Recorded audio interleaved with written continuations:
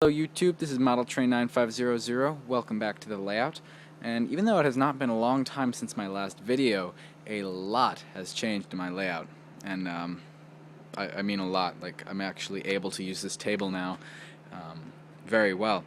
Let's start out with this corner down here, which, if you might remember, I've been having a lot of trouble with this piece of track in here.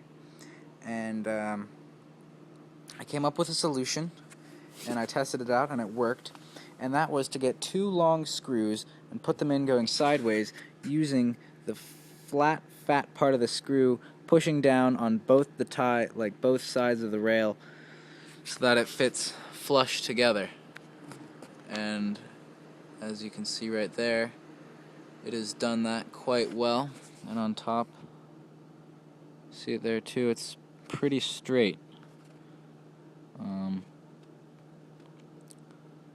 This side you see is looking a bit gooey, and that is because I have originally I just put the two screws in to see if it would work, and it did very well. I was able to run my SD70 ACE backwards over this part with the front truck problems that everyone has been mentioning, and it didn't derail multiple times. It worked fine for me, so I'm very pleased with how this worked. And originally I had just put some spackling putty, which is why you see the whitish stuff around. That was spackling putty, but then I decided, no, that's probably not going to be the best long-term fix. So what I did instead is I got some model epoxy that I used on my model planes, and I took the spackling putty off, and I put a whole bunch of epoxy down the hole, and then I put epoxy on the screw, and then I put the screw back in. So now there's epoxy on the screw holding it in to the foam, holding it on to the top of the track, and also it got inside the flanges and stuff there, but it's still level enough that it actually helps the track stay straight. It's kind of like I put a new piece of tiny rail patch in there, and I'm really happy with that. Now on this side, what you see is this is the screw without any. I'm trying this out tonight to see how it works. I don't know what time I'll upload this video or what day, but yeah, it's nighttime right now. That's why I said night. But I'm going to let this dry overnight and see how it is tomorrow. I'll sand down the tops and hope that it's all good. But yeah, I'm very pleased with how that worked. Looking at it now, you really can't even see that there was ever an issue in there. And I'll probably cover this up with, well, actually I haven't thought through that yet. If you guys out there have any idea how to cover this screw up, that'd be, ironic, screw up. Yeah, because it was a bad trick. Yeah, I'll stop making puns now. But yeah, if you know how I can cover that up, I'd be interested to hear. Some of you might say road or concrete like I have over there, but that's not going to be an option because this is a cornered piece of layout, and well, where's the road gonna go? I'm not gonna put it going straight down the middle of the layout. That would just look kind of funny. Although, actually, I could put a road in here and take it going all the way up. That would connect how people get to the yard over there. That actually might be an option. Look into that. But yeah, so this is how I fixed the track. Yeah, I'm pretty sure it's gonna work great, and I'll probably cover it with some type of paint, at least temporarily, until I figure out what else I'm gonna do to get rid of the shininess. But I'll sand down the top, and it should be good. And assuming it works, I'll do the same thing with this piece over here. So yeah, that's it. So that makes this table usable again, which is a pretty big deal for me because this is the longest track that I have, and I'm able to run large locomotives on here without trouble anymore. So yeah, and I got out some spackling putty again, as you see there, and I've gone around the edges here. I'm starting to fill in little holes because I want to start closing stuff in and completing this. And over there, I've gotten rid of a lot of the yellow that you guys have probably seen before. It's pretty much all gone now.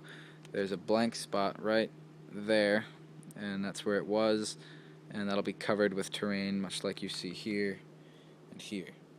Which brings me to my next update. big change that I got here. You'll see I have the tracks back together.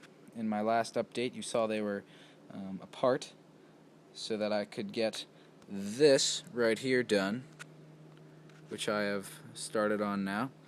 I put the tables back together, and now, so I'll show you right here.